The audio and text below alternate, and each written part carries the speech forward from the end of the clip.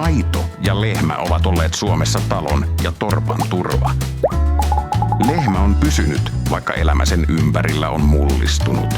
Mutta palataanpa ajassa hiukan taaksepäin. Ja kas näin, nyt ollaan 1900-luvun alussa. Lehmiä on enemmän kuin koskaan Suomen historiassa. Yhdellä pientilalla tai torpassa on kuitenkin vain 2-3 lypsävää. Maidosta kirnutaan voita, mutta se on hankalaa ja voi huonosti säilyvää. Kasvava kaupunkilaisväestö kuitenkin tarvitsee yhä enemmän maitoa, voita ja juustoa. Tarvitaan siis tehokkaampia tapoja käsitellä maitoa. Ja se tehokkaampi tapa on tässä. Separaattori, eli koneellinen maitorasvan erotuslaite. Se pystyi separoimaan jatkuvalla syötöllä ja se mahdollisti teollisen meijeritoiminnan. Laitteen keksi ruotsalainen insinööri Gustav de Laval. Aikaansaava Miekkonen keksi myös rakettimoottorin suuttimen, paranteli höyryturbiinia ja kehitti lypsykoneen. Hän ajatteli, että jatkuva kehitys ja tutkimus tuottaa ihmisille parempaa elämää. Eikä ollut väärässä. Separaattori ja lypsykone tulevat mullistamaan maidon tuotannon. AB Separator myy de Lavalin keksintöä Ruotsissa ja he päättävät perustaa yhtiön myös Suomeen. Sen nimeksi tulee Alfa Laval.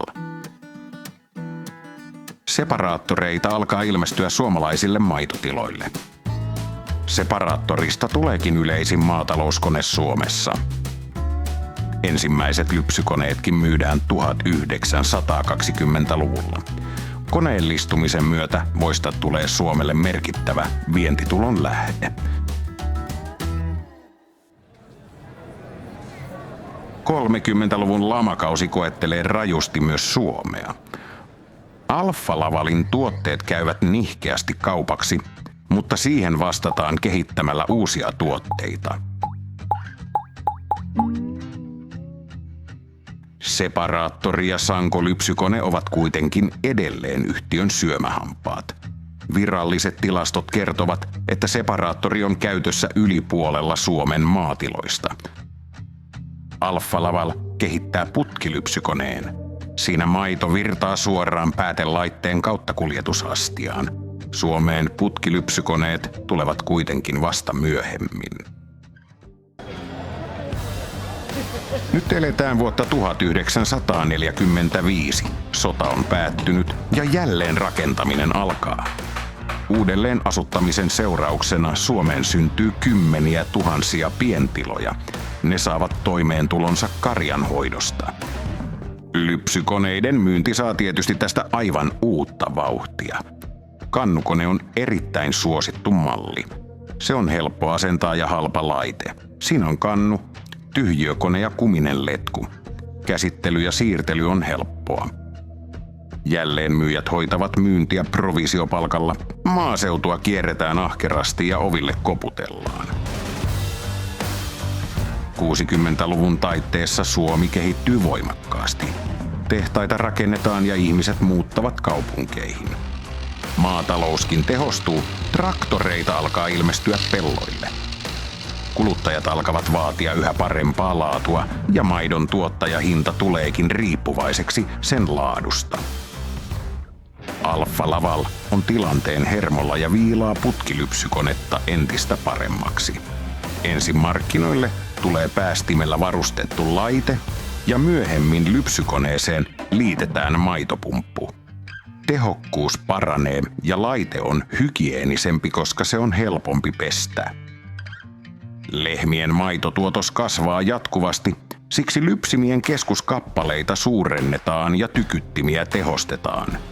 Karjan hoitoa halutaan helpottaa ja tuotevalikoimaan otetaan lietepumput, lannanpoisto- ja ruokintalaitteet, juomakupit ja sisustuslaitteet. Koneellistuminen on alkanut muuttaa suomalaista maataloutta pysyvästi. Työvoiman tarve vähenee ja maaseutu alkaa tyhjentyä. Maatiloja on jo puolet vähemmän kuin 40-luvulla, mutta tilat ovat entistä suurempia. On vuosi 1966. Lypsykone kokee nyt merkittävän parannuksen. Hydropulse-tykytin lanseerataan. Siinä tykytyksen suhde muuttuu tasasuhteesta 3:1. Elikkä siis 3 osaa on lypsyvaihetta ja 1 osa on hierontavaihetta. Lypsyaika lyhenee huomattavasti ja utareterveys paranee. Maitoputket aletaan tehdä lasista ja päätelaitteet varustetaan yhä useammin maitopumpulla. Myös pesuautomaatit tulevat markkinoille. Alfa Lavalin myynti muuttuu radikaalisti 1973. Hankkija saa yksimyyntioikeuden Alfa Lavalin tuotevalikoimaan. Myynti, huolto ja varasto siirtyvät hankkijalle. Myynnistä ja huollosta vastaa 170 henkilöä. Ja sen seurauksena myynti kasvaa voimakkaasti. 70-luvun loppupuolella inflaatio laukkaa, ja se houkuttelee ottamaan lainaa ja rakentamaan uusia navetoita ja sikalarakennuksia. Viljelijät alkavat vaatia päivittäisen työn keventämistä. Alfa Laval kuuntelee viljelijöiden toiveita ja kehittää apuvälineitä työtä helpottamaan. Monet tuotteet perustuvatkin viljelijöiden omiin käytännön ideoihin. Myös lypsyyn tulee merkittävä edistysaskel. Tässä se on. Laite, joka huolehtii sekä esikäsittelystä että jälkihieronnasta. Maailmassa on ainoastaan yksi kone, joka pystyy tähän. Alfa Laval esittelee Duovac-laitteen. Se on ensimmäinen askel kohti fysiologista lypsyä. Koneen toimintaa ohjaa lehmästä virtaava maidon määrä. Lypsyalipaine ja tykytysnopeus muuttuvat virtauksen mukaan. Duovac 300 aloittaa automaattisesti nopean ja tehokkaan Hydropuls-lypsyn. Tuotosmäärät kasvavat ja se ohjaa kehittämään suurtilavuuksisia lypsimiä ja putkistoja. On vuosi 1979. Elektroniikka tulee nyt ensimmäistä kertaa navettaan, kun Alpha Feed-järjestelmä esitellään. Ruokintaa ohjaa mikrotietokone. Ruokintarobotteja on ollut parsinavetoissa jo muutaman vuoden ajan, mutta nyt niitäkin alkaa käskyttää tietokone. Alpha Feed-järjestelmästä tulee pihattojen johtava ruokintajärjestelmä. Lehmät saavat transponderit, joiden avulla yksilöt voidaan tunnistaa. Se mahdollistaa kioskiruokinnan ja myöhemmin tunnistamisen lypsyn yhteydessä. Kehitys kehittyykin niin nopeasti ja maidon tuotanto kasvaa voimakkaasti, että se johtaa ylituotantoon ja sitä yritetään hillitä kiintiöillä. No se johtaa siihen, että uudisrakentaminen pysähtyy kokonaan ja maitotilojen kehitys pysähtyy. Tuotannon rajoituksista johtuvat vaikeudet heijastuvat hankkijaan ja niinpä karjatalouskoneiden myynti, asennus ja huolto palaavat takaisin Alfa Lavalille. Kiristyvään kilpailuun on pakko sopeutua, kustannustehokkuutta parannetaan. Ennen hyvä mutta kallis hioutuu muotoon, laatua edulliseen hintaan. Suurilla valmistussarjoilla ja kaikki Pohjoismaat markkina-alueena pääsemme kilpailukykyisiin hintoihin. Laatua kehitetään systemaattisesti, laitteiden tarkkuus ja luotettavuus paranee. Lypsykoneiden kapasiteettia suurennetaan, koska karjojen tuotostaso jatkaa yhä nousuaan. Tiedämme kuitenkin, että maanviljelijöillä on huomattavan paljon hartia, polvi- ja selkävaivoja, jotka johtuvat työstä. 90-luvun taitteessa maitotiloilla kiinnostutaan työterveydestä ja ergonomiasta. Alfa Laval tuo navettaan kiskojärjestelmän, joka helpottaa ruokintaa ja lypsinten liikuttelua. Uusia navettaratkaisuja esitellään. Kalaruotoasema. Aseman modulilla side by side lypsyasema. Katso kuinka lehmä saapuu karuselliasemalle. Tandem lypsyasema. Lypsyasema hankinta on investointi pitkälle tulevaisuuteen. 1993 tuodaan markkinoille merkittäviä uutuuksia. Parsinavetan lypsyyksikkö Milkmaster sekä Alpro-tuotannon ohjausjärjestelmä. Milkmaster osoittautuu Suomessa varsinaiseksi myyntimenestykseksi. Meistä rupesi tuntumaan, että tämä on meitä varten. Mutta nyt edessä on suurin maitotalouden mullistus sitten separaattorin keksimisen. Suomi liittyy Euroopan unioniin. Suomen maatalous kytkeytyy osaksi Eurooppaa. Karjatalouden tuotteiden myynti on riippuvaista maataloustukien määrästä. Maidon tuottajien määrä putoaa 17 000. Tilakohtaiset karjakoot kasvavat ja automaatiolle tulee yhä enemmän kysyntää.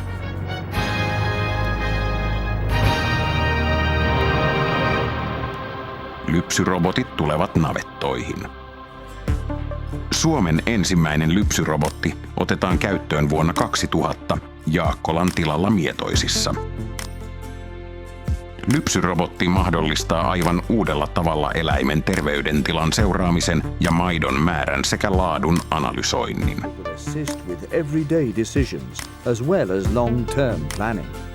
Vuonna 2000 Alfa Laval myydään ja se erikoistuu teollisuuslaitteisiin.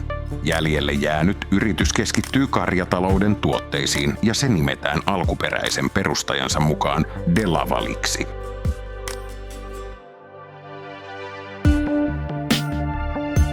Lypsyyn ja ruokintaan erikoistuminen alkaa tuottaa merkittäviä keksintöjä. DeLaval DCC-solulaskuri lanseerataan 2003. Uusi laskentatekniikka mahdollistaa somaattisten solujen laskennan ennennäkemättömällä tarkkuudella. Kyseessä on merkittävä teknologian riemuvoitto. Riemuvoitto on myös samana vuonna lanseerattu kääntyilevä pyörivä karjaharja. Riemukasta, ainakin jos lehmiltä kysytään. Ai, kylläpä tuntuu mukavalta. Eläinten hyvinvointi on yhä tärkeämpää. Sen seuraamiseksi kehitetään Herd Navigator. Use this. This blue baby gives me full control over my cows. Se on pieni laboratorio, joka pystyy analysoimaan maidosta tekijöitä, joista voidaan päätellä eläimen hedelmällisyyttä, terveyttä ja hyvinvointia. Eivätkä uudet innovaatiot suinkaan jää tähän. DeLaval Optimat on automaattinen ruokintajärjestelmä. Se tekee rehut reseptin mukaan ja jakaa sen automaattisesti. Del Pro tuotannon ohjausjärjestelmä. Clover nännikumi, joka luo uuden tavan lypsää sekä BCS-kamera, joka on maailman ensimmäinen automaattinen kuntoluokkakamera.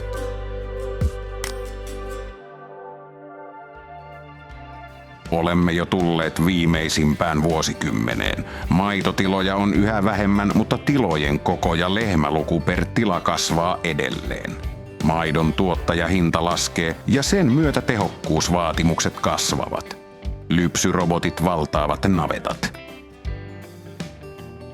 VMS V300 lypsyrobotti lanseerataan 2018 ja se vie automaattilypsyn aivan uudelle tasolle. Evansa-lypsin kehitetään. Se on maailman ensimmäinen lypsin, joka käyttää vaihtokasettia nännikumin sijaan. Nykyaikainen navetta on täynnä teknologiaa ja tietoa digitaalisessa muodossa. DeLaval panostaa tilaneuvontaan, jotta asiakkaat saavat tekniikasta kaiken hyödyn irti. DeLaval Plus-palvelut avaavat aivan uudet mahdollisuudet hyödyntää tekoälyn kykyä analysoida eläimistä saatuja tietoja. Ympäristöasiat ja kestävä kehitys ovat kuluttajille tärkeitä.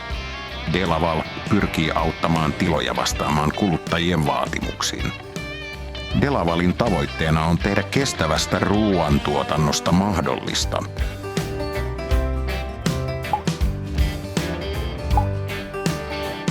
Suomalainen maatalous on 100 vuoden aikana kokenut monet myllerrykset ja kyennyt muuntautumaan, kuten myös DeLaval, joka on nyt ja tulevaisuudessa maitotilojen tukena.